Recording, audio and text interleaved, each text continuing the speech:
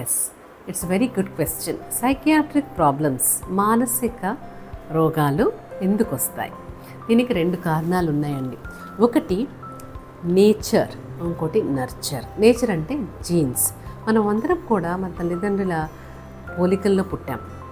Okay, నాన్న పోలిక వచ్చింది, అమ్మ పోలిక వచ్చిందని చెప్తాం. ఎట్లయితే మన ఒక ఫిజికల్ అపియరెన్స్ తల్లి పోలిక, తల్లి పోలిక వస్తుందో, అలాగే మనకు స్వభావము అంటే సున్నితమైన స్వభావమా, కోపిష్ట, లేదంటే ఎట్లాంటి స్వభావం తల్లిదండ్రులకు కానీ మన పూర్వీకులకి మన ఒక బ్లడ్ లైన్లో జీన్స్లో ఉన్నదో అటువంటి బ్లడ్ లైన్లో ఉన్న జెనెటిక్ కాంపోజిషన్ మనకి వచ్చే ఛాన్స్ ఉంటుంది.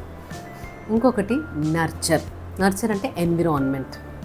ఎన్విరాన్మెంట్ అంటే పిల్లలు పెరిగే టైంలో starting from the womb, mother conceive అయిన కాడి నుంచి ఆ మదర్ వెళ్ళిన ఎమోషన్స్ ఎట్లాంటివి, ఆ బేబీ వెళ్ళిన డెలివరీ ఎట్లాంటిది, చాలా టర్బులెంట్ డెలివరీయా, స్మూత్ డెలివరీయా, ఆక్సిజన్ సరిగ్గా సరిపోయిందా, ఎంత కూడా from the time of the womb నుంచి పిల్లవాడు పెద్ద అయ్యే వరకు, ఒక అడల్ట్ అయ్యే వరకు ఏమేమి ప్రభావం చేస్తున్నాయి. స్కూల్లో ఏమన్నా అబ్యూస్ గురయ్యాడా, తల్లిదండ్రులు అందరూ అవైలబుల్ ఉన్నారా, తండ్రి చనిపోవడం, తల్లి చనిపోవడం, లేకపోతే ఒకళ్ళ దూరంలో ఉండడం, మా మదర్కి కానీ ఫాదర్కి కానీ అని ఎమోషనల్ ప్రాబ్లమ్స్ ఉన్నాయా, ఇంట్లో ఎట్లా ఉంది, ఫైనాన్షియల్ కండిషన్ ఎట్లా ఉంది, బ్రోకెన్ హోమా, లేకపోతే సంతోషంగా ఉన్న ఎన్విరాన్మెంట్లో పెరిగాడా, అలా ప్రతి విషయము వాళ్ళు పెరుగుతున్నప్పుడు జరిగిన ప్రతి విషయము తన పైన ప్రభావం ఉంటుంది.